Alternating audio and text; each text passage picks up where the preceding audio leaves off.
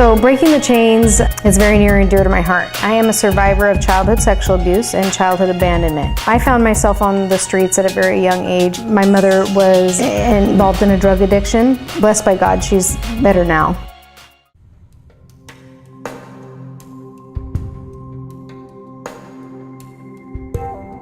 And I would see the girls sitting on the side of the road, standing there, and my heart hurt for them. Tiffany came and pulled me aside from church, said, "Hey, got to talk to you," and just grabbed me and just said, "You know, this is my heart." And she came to my home and she shared her story one night. I met a man who seemed like a dream come true.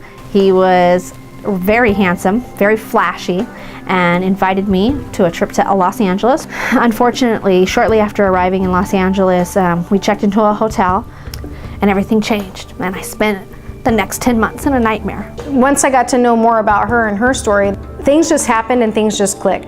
And as she began to pour out her heart, it was almost the mere version of what the burden that was placed on my heart. And the more that we reached out, the more that we saw the need here locally, and we just kind of ran with it. We historically have treated many of the girls that are out there on the streets involved in the sex trade, prostitution, as suspects, when the reality is they are victims. Investigators now take a role and we sit down and we talk about with that individual about what life is about. Our number one goal is to rescue girls off the street, so we have a variety of ways we do that, but our number one goal is to try to locate and find the girls that are being trafficked. If they have contact with the girl or whatever, then they'll refer them to us and we'll meet with them, sit down with them, and let them know about our services and how we can help.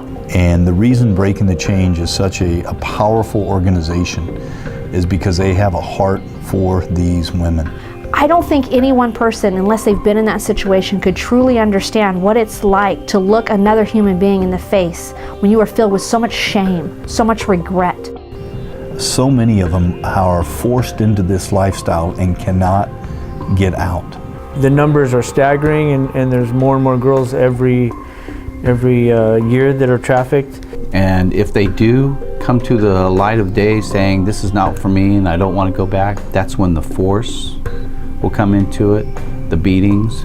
And so if they actually come across the girl that is in desperate need or dire need right then and there, they immediately call us and then we just go into action. Because Fresno has some key elements that make it the perfect storm, if you will, for trafficking, it's become one of the largest trafficking areas in our nation. The offenders in human trafficking, they know who they're looking for, and they seek primarily young women is the highest target out of it.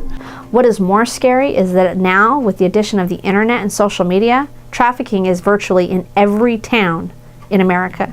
Right now, realistically, there is no government funding for adult women in human trafficking. And that's why our heart is drawn towards the adult population, is because we want to go out and help them, because they don't necessarily have the resources that minors have or that anyone else have. And unfortunately, in these types of situations, it's in a moment that you need to help them.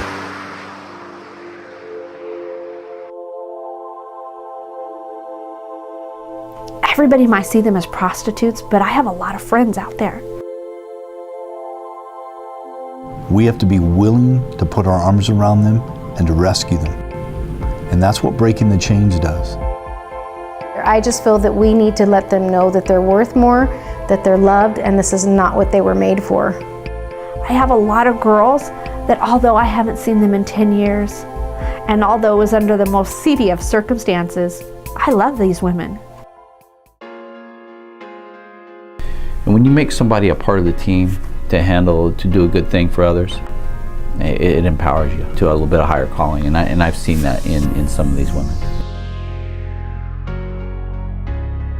So everything that we do is because of the community support. Clothing, anything of any kind of in-kinds helps us tremendously, especially when we're trying to stay privately funded. Your prayers, and of course financially.